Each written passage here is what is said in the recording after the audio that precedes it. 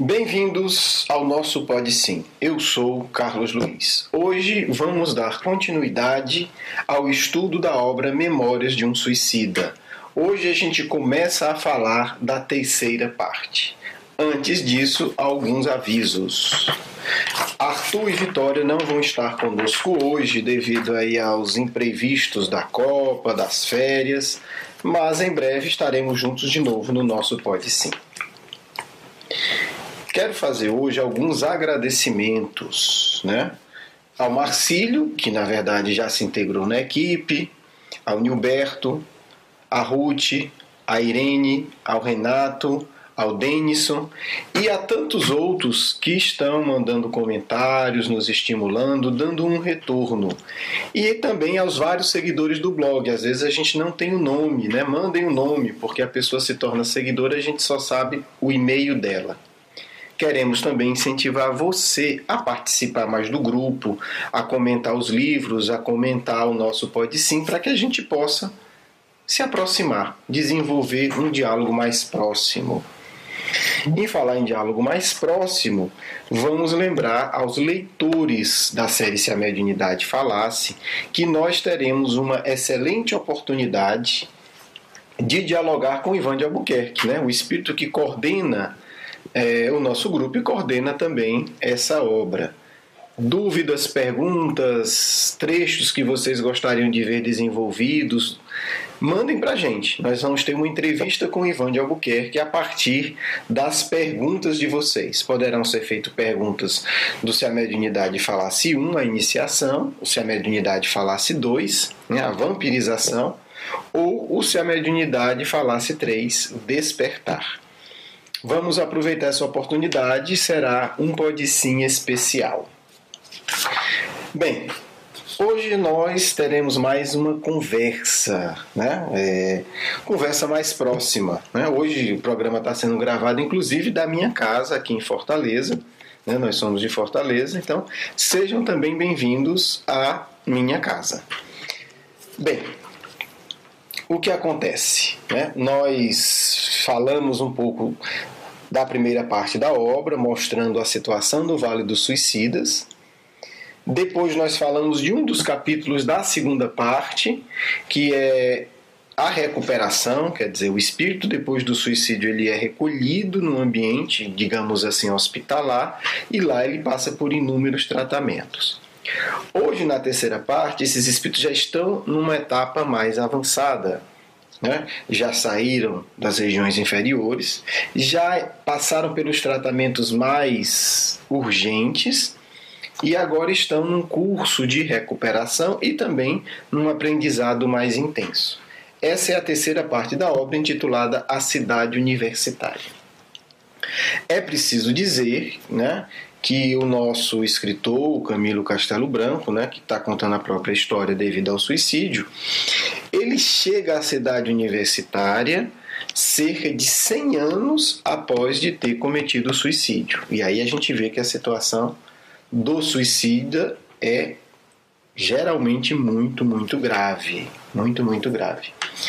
Bem, vamos tentar agora mostrar um pouco das experiências dele na cidade universitária.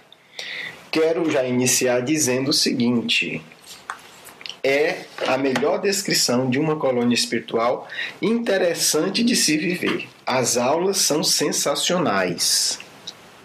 Os métodos inovadores. Apesar de a gente estar falando de métodos utilizados pela espiritualidade há mais de 100 anos atrás, ainda hoje são métodos que estão muito além de tudo aquilo que a gente conhece e vivencia hoje nas universidades e também nos nossos centros espíritas, apesar da obra estar aí para nos ensinar.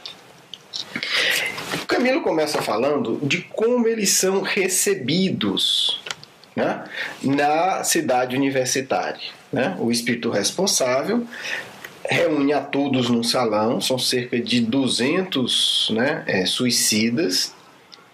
É preciso dizer que a grande maioria dos suicidas não chega até a cidade universitária, porque aí também existe uma certa conquista.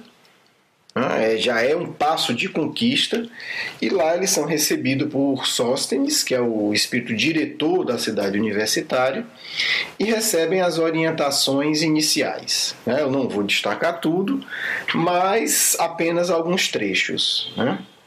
Um trecho que me chama a atenção, nesse discurso de recepção, é o fato dos suicidas continuarem separados em grupos de homens e de mulheres. E aí o dirigente espiritual vai explicar o porquê. Eu vou ler apenas um rápido trecho. A ideia de sexo é um dos mais incomodativos entraves às conquistas mentais. As inclinações sexuais oprimem a vontade, turbam as energias da alma, entorpecem-lhe as faculdades, arrastando a vibrações pesadas inferiores e retardam a ação do verdadeiro estado de espiritualidade. Por esse trecho a gente podia pensar uma atitude até de medo do sexo, mas ele vai explicar mais adiante, no mesmo discurso, que primeiro eles precisam educar para a busca do amor espiritual, o sentimento fraterno, apropriado à elevação do espírito.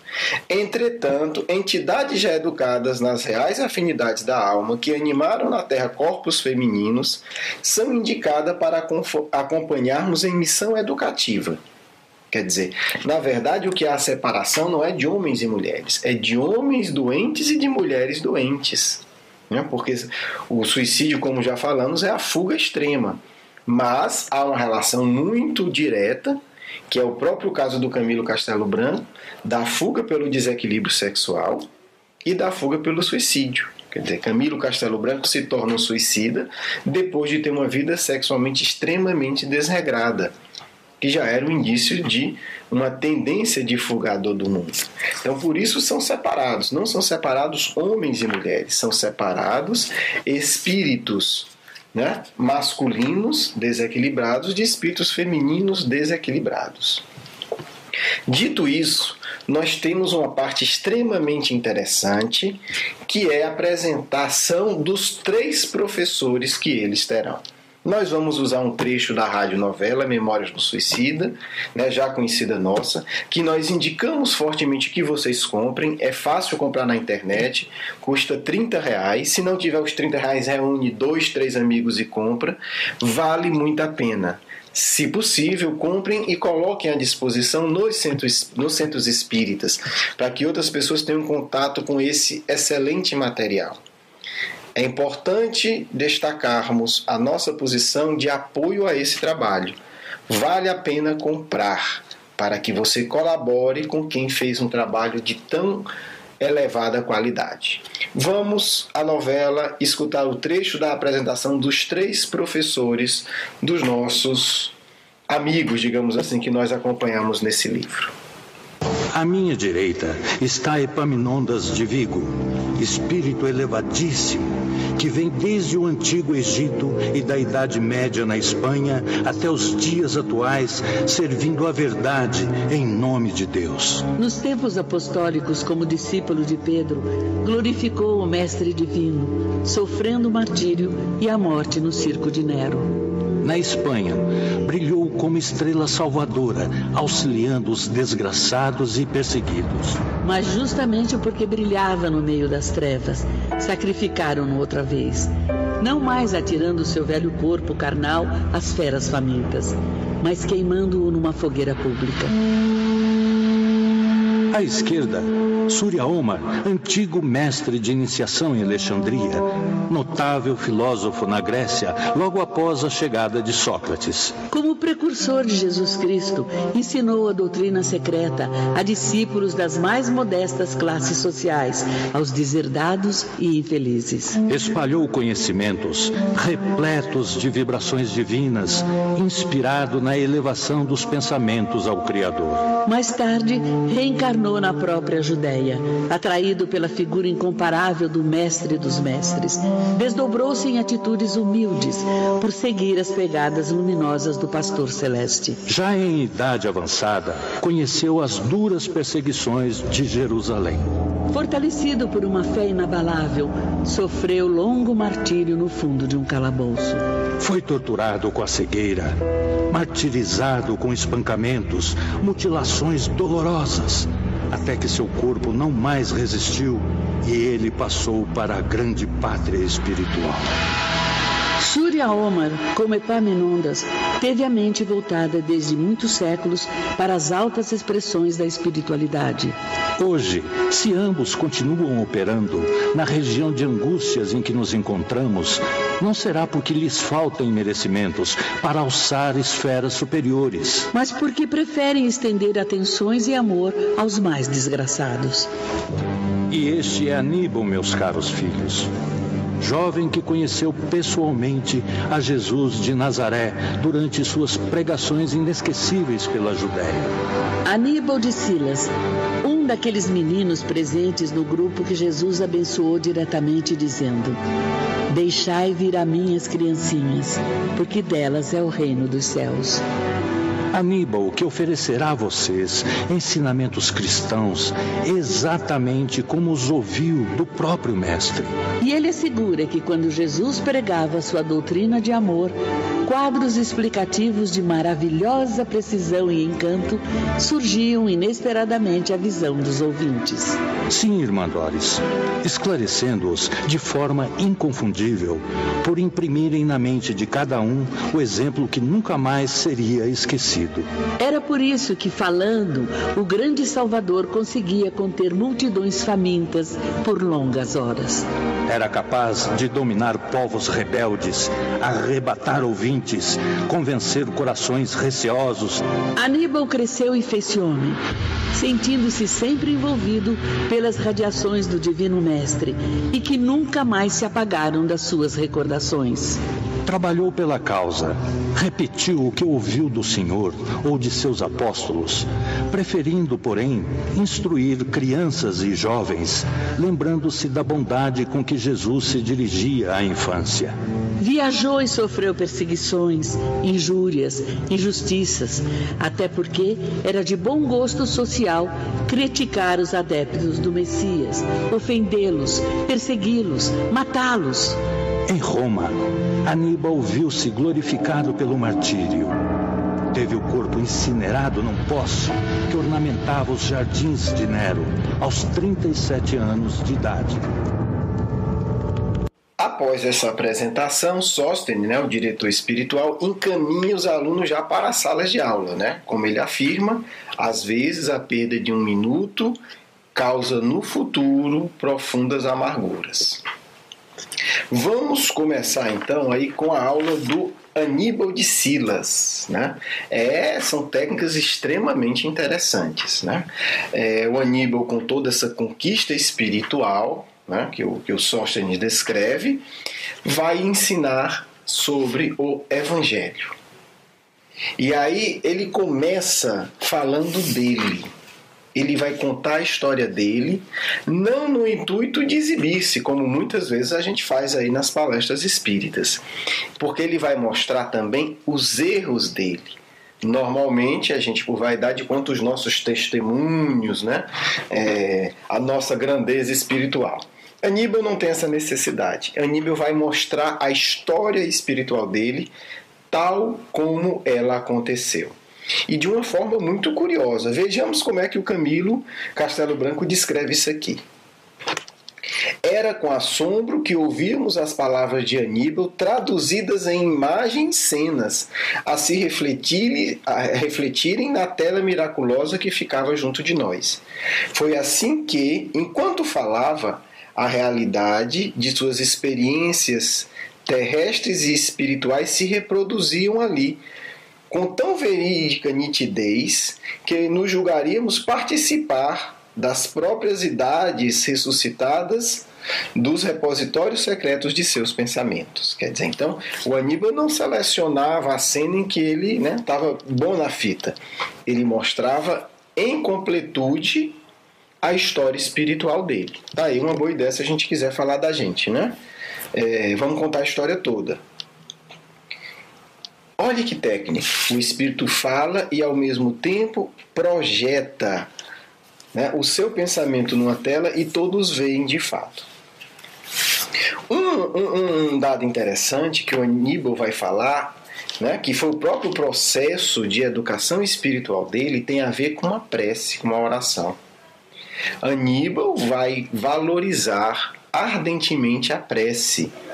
E ele vai dizer o seguinte: somente orando conseguireis forças que vos habilitarão ao heroísmo necessário às lutas das realizações cotidianas. Olha que coisa interessante, quer dizer, heroísmo para as realizações cotidianas, né?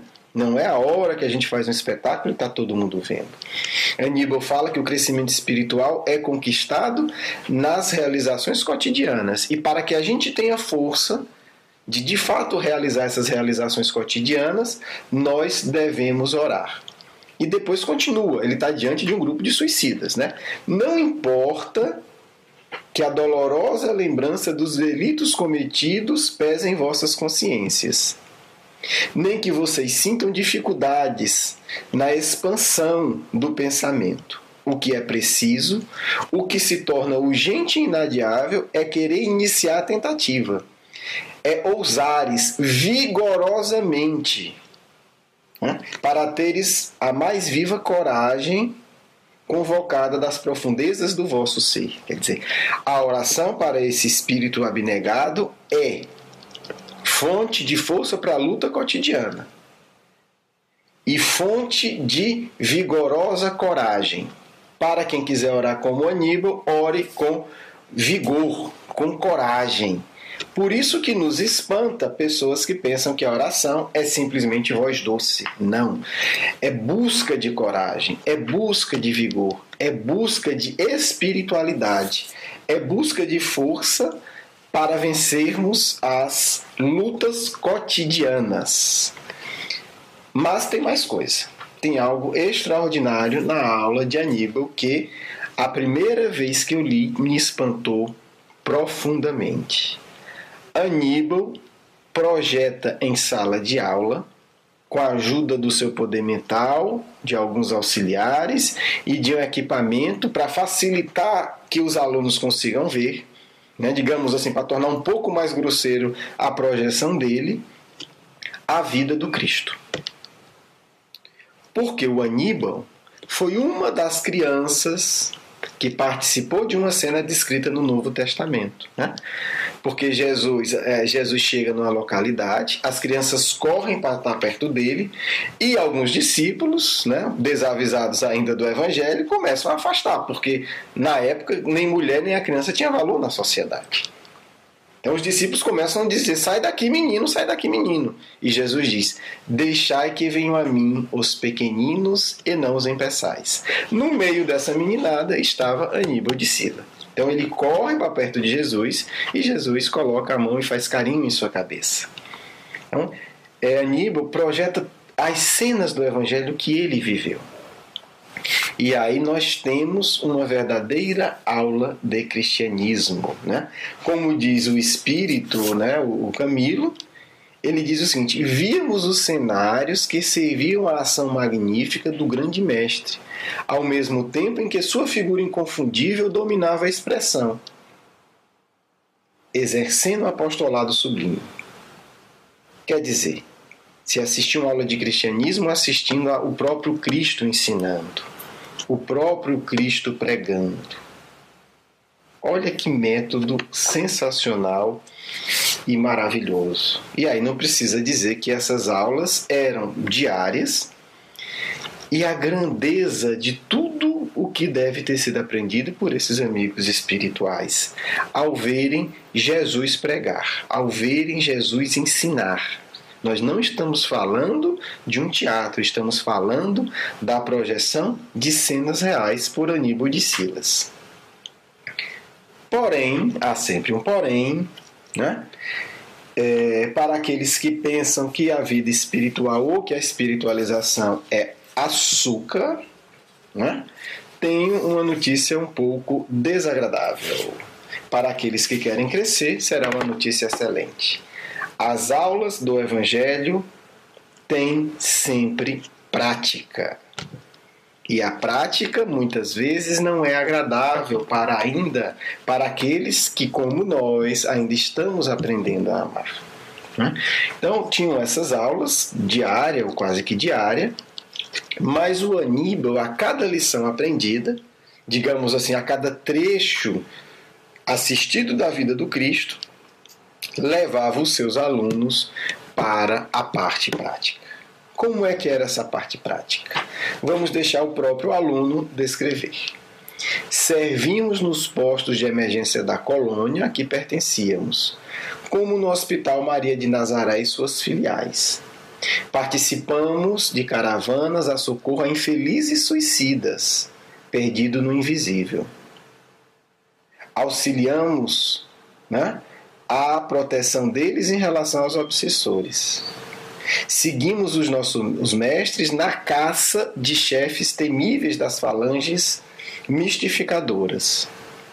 Visitamos as reuniões dos discípulos de Allan Kardec, os centros espíritas, né? É bom lembrar que o Camilo Castelo Branco nessa época não era espírita, né? Não sei hoje, nessa época ele não era. Acudimos muitos sofredores, né, espíritas e aos alheios às práticas espíritas. Visitamos prisões, hospitais e hospícios. Fomos em regiões isoladas dos sertões brasileiros e africanos, ajudando a manter o ânimo daquelas almas tão desgraçadas. Muitas vezes visitamos leprosos, amesquinhados pela demência ou assinalados pela mutilação. Também visitávamos o domicílio dos grandes da terra, onde também existem imensas dores e muitas oportunidades para o pecado do suicídio. Aníbal leva-nos a fim de nos guiar nos ensinamentos do mestre modelar, com os quais aprendíamos a exercer por nossa vez o apostolado da fraternidade. Era agradável? Deixamos o Espírito Amigo falar aqui. Mais de uma vez, indóceis aflições nos surpreendiam ao contato das angústias alheias. No entanto, mais de uma vez conseguimos a alegria de levar doces consolações. E isso nos dava paz. Concluindo, ele diz: a cada lição do Evangelho do Senhor, explanada pelo jovem catedrático, a cada exemplo apreciado do Mestre inesquecível, seguíamos os nossos testemunhos na prática entre humanos e os desventurados sofredores, quer dizer, encarnado e desencarnado.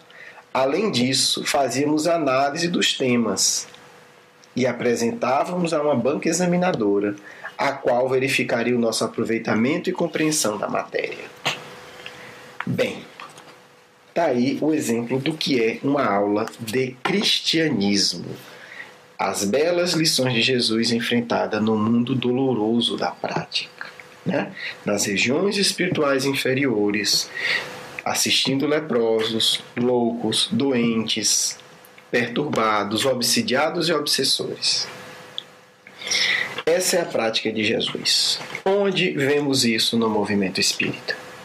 Podemos citar o exemplo de Eurípides Barçanufo, que em Minas, mais ou menos na época em que isso acontecia no plano espiritual, diga-se de passagem, né? Começo do século XX, ele fazia a mesma coisa com os seus alunos, adolescentes e jovens espíritos encarnados. Quem queria aprender a aplicar passe, dizia Eurípides, você vai começar ficando à noite cuidando dos enfermos. Você vai vigiar os obsidiados que não podem ficar sozinhos. Quando você tiver compaixão por eles, você inicia a aplicação do passe. É a mesma coisa. É a prática cristã vivenciada. Estudo do Evangelho não poderá ser jamais, pelos que amam Cristo, mera burocracia, mera discussão teórica. É preciso aplicar, né, nas realizações do nosso cotidiano, como fala Aníbal de Silas. Bem, ainda falta muita coisa, né? Ainda temos dois outros professores e aulas, né? O Omar de Suria e o Epaminondas de Vico, para falarmos sobre a prática dele. Hoje falamos do Aníbal de Sila. Nos próximos programas falaremos desses outros dois grandes mestres iniciados também, que trabalham com espíritos, né, suicidas, mas suicidas de boa vontade, né? Que em 100 anos já estão em processo de recuperação avançada. Agradecemos a atenção, nos despedimos, né? Vamos agora à leitura do nosso Evangelho e deixar o espaço para a mensagem final de nossos amigos espirituais. Quero dizer que foi uma grande alegria compartilhar esse momento com vocês. Nosso Evangelho aberto ao acaso, né? Caiu aqui no capítulo 13, que a vossa mão esquerda não saiba o que dá a vossa direita. O item, os infortúnios ocultos. Vou ler apenas um trecho, porque eu acho que é bem oportuno, e sugiro que vocês leiam aí em casa ele todo. Nas grandes calamidades, a caridade se manifesta e vence generosos impulsos para reparar os desastres. Mas, ao lado desses desastres gerais, há milhares de desastres particulares que passam despercebidos, de pessoas que jazem sob um catre sem se lamentarem. São a esses infortúnios discretos e ocultos que a verdadeira generosidade sabe ir descobrir, sem esperar que eles venham pedir assistência. Quando a gente fala de suicídio, de pessoas que estão tentando suicídio, estamos falando de infortúnios ocultos, dores que estão dentro da pessoa, né? E muitas vezes sequer se mostram. Bem, vamos elevar nossos pensamentos, rogar ao Mestre a sua proteção e o amparo dos bons espíritos, deixando espaço nesse instante para a palavra dos amigos da espiritualidade. Meus filhos, sou Patrícia, mentora espiritual do médium, espírito que há muitos e muitos séculos o acompanha e que tem a alegria de hoje compartilhar com vocês as reflexões sobre o sublime Evangelho de nosso Senhor Jesus Cristo. Foi graças ao nosso Mestre que as verdades antigas do Egito, da Índia, foram liberadas para que todos os habitantes de boa vontade do mundo pudessem conhecer em profundidade as leis de Deus, a reencarnação, a comunicação com os espíritos. Foi a Allan Kardec que coube a sublime missão de estruturá-las para apresentar ao mundo tão confuso e sofrido. Como o próprio codificador registrou em sua obra, essas verdades já eram conhecidas pela antiguidade. Por isso, cunhou o termo Espiritismo Antigo, para reconhecer com a honestidade que lhe caracteriza que não há nenhuma novidade nas práticas espíritas. Devemos nós, os espíritas da atualidade, viver esses ensinamentos, aplicar em nós mesmos essas reflexões, tornar a vida íntima as leis espirituais expostas pelo codificador, que na verdade encontram-se todas no Evangelho de Jesus de Nazaré. Pensemos sempre na aplicação do Espiritismo aos nossos corações, e assim preservaremos nossos seres das fugas, das drogas, do sexo e do suicídio. E um dia conseguiremos iluminarmos a nós mesmos, guiados pelo doce Mestre da Galileia. A todos vocês que abrem nesse instante os vossos corações ao amor de Deus, nossas vibrações de muita paz e muita luz. Patrícia.